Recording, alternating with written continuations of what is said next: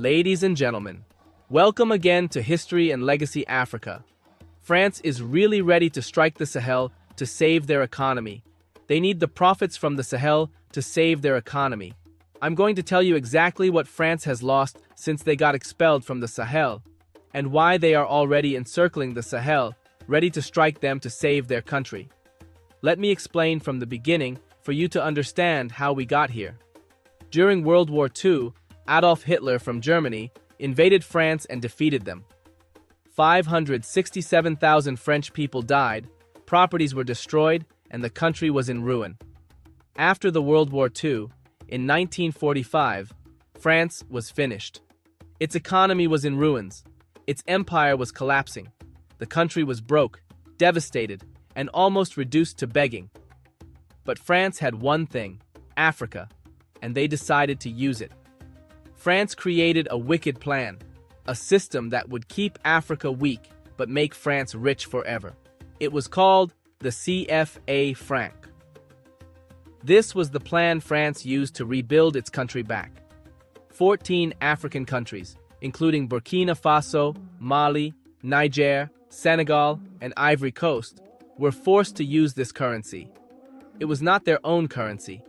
It was a French currency. But they called it African, just to make it sound sweet. These countries were told to deposit 50% of their foreign reserves into the French treasury. Can you imagine that? Half of their money, gone, every year, straight to France. France used that African money to rebuild its industries, pay its workers, build its cities, and even finance wars. Between 1970 and 2008, more than $850 billion flowed out of Africa to Paris.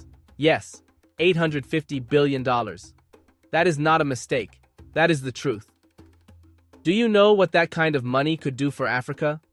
It could have built thousands of schools, hospitals, railways, and industries. But instead, it made France rich, while our people suffered. But that was not all. The CFA franc was just the beginning. The real wealth came from Africa's minerals, especially from the Sahel nations. Niger's uranium, Mali's gold, Burkina Faso's bauxite. These were the backbone of France's economy. France controlled the mines. They decided how much to take, how much to report, and how much to pay. For example, Niger, one of the poorest countries in the world, was earning only 100 million euros per year from uranium sales. But France, using that same uranium, was making over $73 billion every year from nuclear exports. And that $73 billion is only what they showed us on paper. What they stole in secret, through fake contracts, fake reports, and silent theft, was close to $500 billion every single year. Do you now understand why France can't let Africa go? Why they are desperate to come back? Why they will do anything, even go to war, to return to the Sahel? Let me tell you the truth. France's wealth was never built in France. It was built right here, in Africa. When the Sahel cut them off, they began to sink. Their economy was too big, too expensive, too luxurious, all built on African blood. Now that the blood supply has stopped, France is collapsing. And guess what? They are not ready to sit and watch themselves fall. France is preparing for something big. They are moving troops around Africa. They are surrounding the Sahel. They are planning something dangerous. War is coming, because France cannot survive without Africa, and Africa, for the first time, is saying no. My brothers and sisters, listen carefully. The French are not sleeping. Their greed has become their curse, and they will not rest until they drag Africa down again. Do you know what France has lost since the Sahel stood up and said, "Enough is enough"? They have lost more than $400 billion every single year. From Niger's uranium, Mali's gold, Burkina Faso's cotton, and countless other resources, all gone. They have lost it all, and they are angry. Let me break it down for you. From Niger's uranium alone, France has lost $73 billion yearly in nuclear exports. From Burkina Faso and Mali's gold, they have lost more than $320 billion combined every year. These are not just numbers. This was the bloodline of the French economy. When the Sahel leaders, Captain Ibrahim Traoré, General Abdurrahmane Tiani, and Colonel Assimi Goïta, came together and said, "Our resources will serve our people, not Paris," that was the day France began to die. France didn't just lose business, they lost control.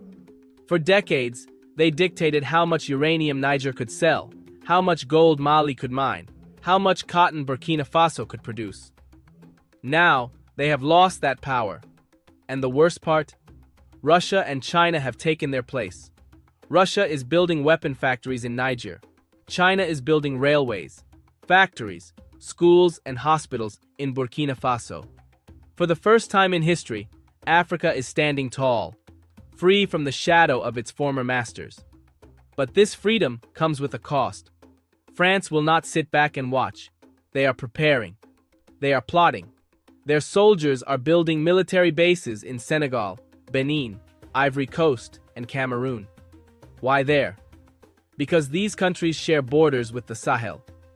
They are surrounding Burkina Faso, Mali, and Niger from every direction, hoping to spy, to infiltrate, and to strike. And do you know the saddest part? Some African leaders are helping them. Yes, the same African brothers who should be standing with the Sahel are instead giving France their lands, their airspace, and even intelligence about the Sahel's defenses. Why? Because they have sold their dignity for peanuts. They are afraid of losing France's favor. They are afraid of losing the few coins France throws at them. They are afraid of losing their positions and power. But Traore is not afraid. Tiani is not afraid. Goïta is not afraid. Traore said it clearly in Ouagadougou.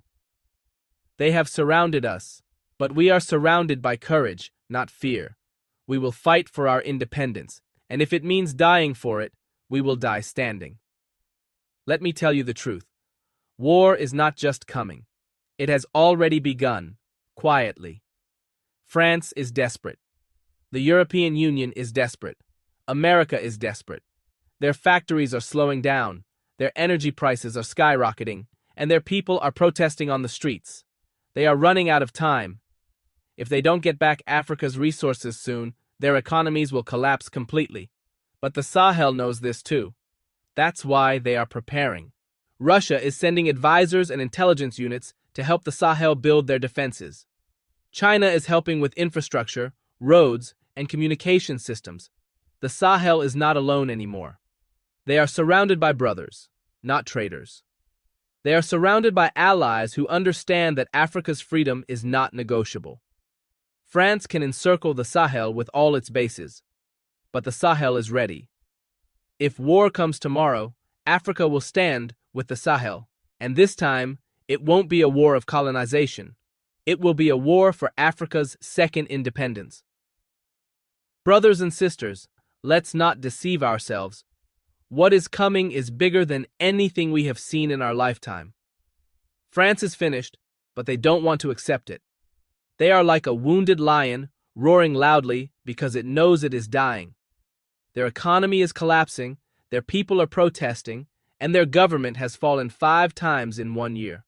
But instead of facing their own failures, they are looking toward Africa, the same Africa they bled for centuries, hoping to steal life again from our land. France is desperate. They need Africa's gold. They need Africa's uranium. They need Africa's oil, gas, and cotton. Without Africa, they are nothing. But this time, Africa has said no. When the Sahel expelled France, the world laughed at them, thinking they would fail. But look now, who is collapsing? France. And who is rising? The Sahel. Burkina Faso is building its own industries. Mali is refining its own gold. Niger is producing its own weapons with the help of Russia.